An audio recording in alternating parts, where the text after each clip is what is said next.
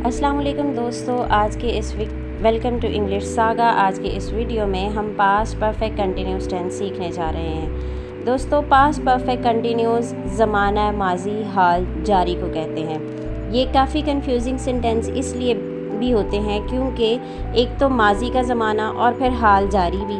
माजी हाल जारी ये काफ़ी कंफ्यूजिंग सा सेंटेंस है, लेकिन इस वीडियो को देखने के बाद आपको ये टेंस बिल्कुल भी कंफ्यूजिंग नहीं लगेगा, क्योंकि मैं आपको स्टेप बाय स्टेप इसकी तमाम कंडीशंस समझाऊंगी।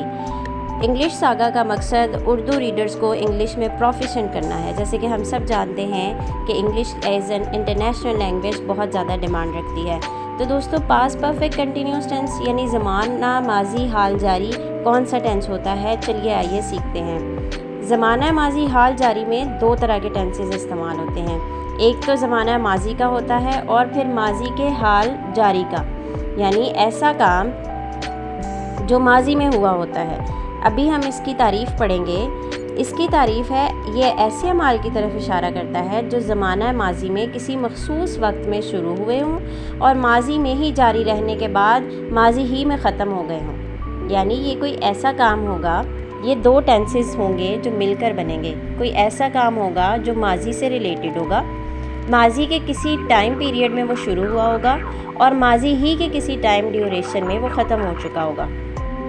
जैसे कोई ऐसा काम जो कि हम बचपन में किया करते थे और हम एक मखसूस टाइम तक वो काम करते रहे, तो उस मखसूस टाइम तक किए जाने वाले उस काम को आप ज़माना माजी हाल जारी कहेंगे। जैसे आप कह सकते हैं कि मैंने बचपन में एक राइटिंग कोर्स किया था, तो मैं इतने अरसे तक वो राइटिंग कोर्स करता रहा था, जिसकी वजह से मेरी राइटिंग बहुत अच्छी है।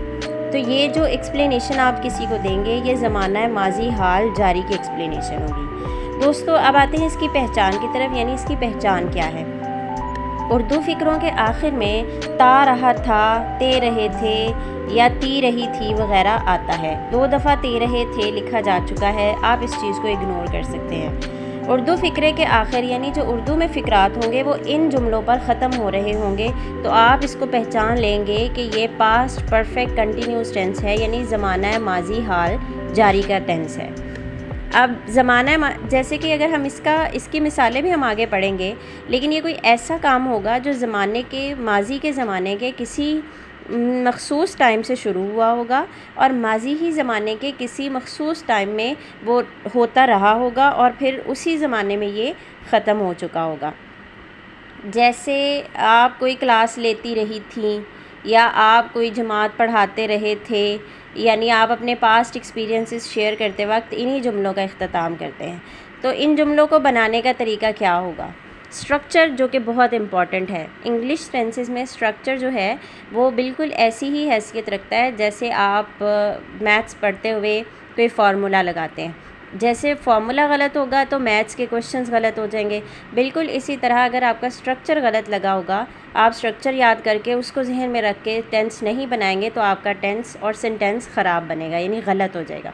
और दोस्तों, ये भी चीज़ समझने वाली है कि अगर आप स्ट्रक्चर में कोई एक भी चीज़ मिसिंग करते हैं तो एग्ज़ामिनर आपको इस चीज़ के नंबर नहीं देता। तो चलिए पढ़ते हैं। सब्जेक्ट होगा सबसे पहले, यानी काम करने वाला, डूअर। फिर आप हेल्पिंग वर्ब लगाएंगे, हैड, और बीन साथ इसलिए लगेगा क्योंकि कंटिन्यूस था। उसके बाद आप फर्स्ट फॉर्म ऑफ वर्ब के साथ आईएनजी का इजाफा करेंगे और यहाँ पर जो एक चीज़ ऐड होने वाली है वो है सिंस और फॉर। उसके बाद ऑब्जेक्ट होगा जिस पर काम किया जाता है। सिंस और फॉर की कंडीशंस हैं। आप यूज़ ऑफ सिंस, यानी सिंस का इस्तेमाल का जो तरीका है वो कुछ इस तरह से होगा कि अगर कोई काम शुरू होने का वक्त बता दिया गया हो तो सिंस लगाया जाता है। मिसाल के तौर पर सुबह से, शाम से, रात से, 2006 से, ये चंद कंडीशंस आपको बता दी गई हैं। इसके अलावा भी कुछ कंडीशंस ऐसी होंगी जो आपको एग्जैक्ट टाइम बता दिया गया होगा कि इतने बजे से। जैसे आप कह सकते हैं कि 7 बजे से या 8 बजे से, और उसमें भी पहले आप सुबह के साथ या रात के साथ लगा सकते हैं। नहीं भी लगाएंगे तो टाइम एक एग्जैक्ट मोमेंट ही होता है, तो जिसमें आपको वक्त का बता दिया गया हो कि एग्जैक्ट इस टाइम से ये काम स्टार्ट हुआ है, वो वाला काम होगा सिंस के लिए। यानी उसमें आप सेंटेंस में जो helping verb, additional helping verb use करेंगे वो होगा सिंस। दोस्तों इसकी एक और भी ये मिसाल है कि जो परफेक्ट कंटिन्यूस टेंसेस होते हैं, चाहे वो माजी के हों, हाल के हों या मुस्तकबिल के, पास्ट परफेक्ट या फ्यूचर, तीनों में सिंस और यूज़ इस्तेमाल होता है और सिंस और फॉर इस्तेमाल होता है और सिंस और फॉर सिर्फ परफेक्ट कंटिन्यूस में ही इस्तेमाल होता है। अगला इस्तेमाल होगा यूज़ ऑफ फॉर का, यानी फॉर का इस्तेमाल जिन फ़िक्रों में काम के आगाज़ का वक्त ना बताया गया हो बल्कि काम की मुद्दत बताई गई हो, जैसे 5 घंटों से, 6 सालों से, 2 हफ्तों से, और ये आपको एग्जैक्ट टाइम नहीं बताया हुआ। 5 घंटे, लेकिन कौन से 5 घंटे? सुबह के, शाम के, रात के, दोपहर के, मिडनाइट के, कौन से वाले? 5 घंटे नहीं बताया, सिर्फ ड्यूरेशन बताया, यानी आपको एग्जैक्ट टाइम नहीं पता शुरू होने का, तो आप यहाँ पर फॉर लगाएंगे। ये हर तरह के, यानी 2 घंटे, 1 घंटा, 15 मिनट, हर तरह के साथ फॉर लगेगा। इसी तरह से 4 सालों से, 8 सालों से, 6 सालों से, या कोई भी आप ड्यूरेशन बताना चाह रहे हैं लेकिन आपके पास एग्जैक्ट मोमेंट नहीं है, यानी आप ये नहीं कह सकते कि 2006 से, ठीक है, तो फिर आपका यहाँ पर सालों के साथ भी फॉर यूज़ होगा। इसी तरह 2 हफ्तों से, तो हफ्तों के साथ, महीनों के साथ फॉर यूज़ करेंगे आप। महीनों के साथ नहीं, हफ्तों के साथ। इसके साथ फॉर एग्ज़ाम्पल, वो 2 महीनों से इम्तिहान की तैयारी कर रहा है। He had been preparing exams for 2 months. 2 को आप इंग्लिश में दोनों तरह से लिख सकते हैं, इस तरह से भी लिख सकते हैं TWO2 और दूसरी तरह से भी, क्योंकि आप डिजिट्स ही बता रहे हैं 2 महीनों से। दोस्तों यहाँ एक चीज़ जो याद रखने की है, आप देख सकते हैं कि 2 महीनों से लिखा गया है, लेकिन अगर यहाँ पर एग्जैक्ट महीना डेट दिया होता, यानी जुलाई से, तो फिर आप महीना ना लिखते, आप फॉर ना इस्तेमाल करते, आप उसके साथ सिंस इस्तेमाल करते, क्योंकि उसमें आपको एक exact month, 12 years of the months में से एक एग्जैक्ट मंथ बता दिया गया होता है। तो 2 महीनों से अगर वह इम्तिहान की तैयारी कर रहा है तो he had been preparing exams for 2 months. आप देख सकते हैं कि ही सब्जेक्ट का काम कर रहा है, हैड बीन हेल्पिंग वर्ब है, प्रिपेयरिंग फॉर्म ऑफ वर्ब है ING के साथ, एग्ज़ाम्स आपका ऑब्जेक्ट है। इसके आगे एग्जाम्पल्स हैं, जैसे वो 1988 से ये नौकरी कर रहा था। अब 1988 से ये नौकरी कर रहा था, यानी एग्जैक्ट स्टार्टिंग टाइम पीरियड आपको बताया गया है। तो इस तरह के जुमलों में आप सिंस यूज़ करते हैं। सबसे पहले हमने ही लगाया है, जो कि वो है, यानी डूअर है, सब्जेक्ट है। हैड बीन हेल्पिंग वर्ब के तौर पर लगा है। डू फर्स्ट फॉर्म है तो हमने उसके साथ ING लगाया। दिस जॉब ऑब्जेक्ट का काम करती है। Since again past perfect continuous tense को रिप्रेजेंट कर रहा है, और 1988 यानी 1988।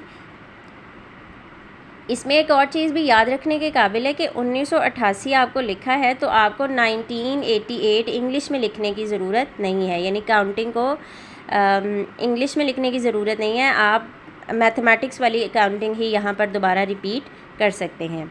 इसी तरह दोस्तों, जब हम इसी के नेगेटिव यानी मनफी जुमले बनाएंगे, जुमला थोड़ा गलत लिखा जा चुका है, बट हम पढ़ने में इसको जुमला ही पढ़ेंगे।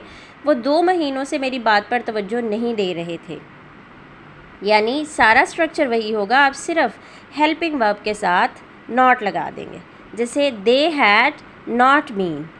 अब बहुत से बच्चे ये गलती करते हैं कि वो बीन से पहले, नॉट से पहले बीन लगा लेते हैं। होता तो उससे कोई मसला नहीं है, लेकिन उससे आपके सेंटेंस की सेंस जो है वो एक मैच्योर नहीं नज़र आती, यानी आप ऐसे नहीं लगता जैसे आपको अबूर हासिल है। तो आपने हैड के बाद नॉट लगाना है, उसके बाद बीन इस्तेमाल करना है। They had not been paying attention to my advice for 2 months. इसमें आप सब्जेक्ट, ऑब्जेक्ट और सारा कुछ देख सकते हैं, जैसे कि स्ट्रक्चर बताया गया है बिल्कुल एक मैथमेटिक्स के फॉर्मूले की तरह, उसी तरह से इस पर स्ट्रक्चर लिख दिया गया है और उसके अकॉर्डिंग बनाया गया है। इसी तरह दोस्तों, इंट्रोगेटिव यानी सवालिया जुमले होते हैं, इसको इंटेरोगेटिव भी पढ़ा जाता है, लेकिन इसकी एक्चुअल प्रोनाउंसिएशन इंट्रोगेटिव ही है।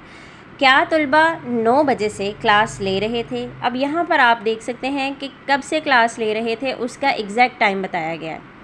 तो इसी को जो आपका हेल्पिंग वर्ब होगा वो इंट्रोगेटिव सेंटेंसेस में यानी सवालिया जुमले में स्टार्टिंग पे चला जाएगा।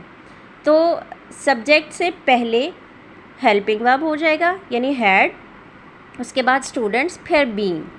Had students been taking class since 9 o'clock। इस तरह आप इस जुमले की इंग्लिश बना रहे हैं। यहाँ एक और भी चीज़ काबिल ज़िक्र है कि हैड के बाद आपने फ़ौरन बीन नहीं लगाया, बल्कि आपने सब्जेक्ट पहले लगाया है और बीन बाद में। अगेन मैं इसको यही वजाहत दूंगी कि ये आपके सेंटेंस की स्ट्रक्चर की मैच्योरिटी शो करता है कि आपने कितने अच्छे तरीके से उसको एक्सेप्ट किया है, राइट डाउन किया है। नोट जो अहम है वो ये है कि तमाम परफेक्ट टेंसेस में दो ज़माने इस्तेमाल होते हैं, यानी आप इसको की नोट भी कह सकते हैं टेंसेस का, कि जितने भी परफेक्ट टेंसेस होते हैं उन सब में दो ज़माने होते हैं। एक स्टार्टिंग टाइम पीरियड होता है और एक एंडिंग टाइम पीरियड होता है, चाहे वो सिंपल पास्ट परफेक्ट का टेंस हो या पास्ट परफेक्ट कंटिन्यूस का। इन दोनों टेंसेस में, या फिर वो सिंपल परफेक्ट के कोई भी टेंसेस हो, फ्यूचर का हो या फिर प्रेजेंट का हो, उन सब में हमेशा दो ज़माने इस्तेमाल होते हैं। इसीलिए परफेक्ट टेंसेस को थोड़ा सा ट्रिकी कहा जाता है। वैसे ये मुश्किल तो नहीं है और मुझे उम्मीद है कि इस वीडियो को देखने के बाद आपको परफेक्ट टेंस मुश्किल नहीं लग रहा होगा। बाकी के टेंसेस अगली आपको वीडियोस में ज़रूर देखने को मिलेंगे। नेक्स्ट हमारी वीडियोस जो हैं वो फ्यूचर टेंसेस बेस्ड होंगी। और अगर आप इस वीडियो को, आपको ये वीडियो हेल्पफुल लगी हो तो प्लीज़ इसको आगे शेयर करें और ज़्यादा से ज़्यादा इसको एक्सपेंड करें, ताकि ज़्यादा से ज़्यादा जो स्टूडेंट्स हैं वो इससे हेल्प ले सकें। अगर आपको वीडियो अच्छी लगी हो तो लाइक, सब्सक्राइब और शेयर और कमेंट करना मत भूलिएगा। जहाँ कहीं भी रहें खैरियत से रहें। Thank you so much for watching the video. Take care.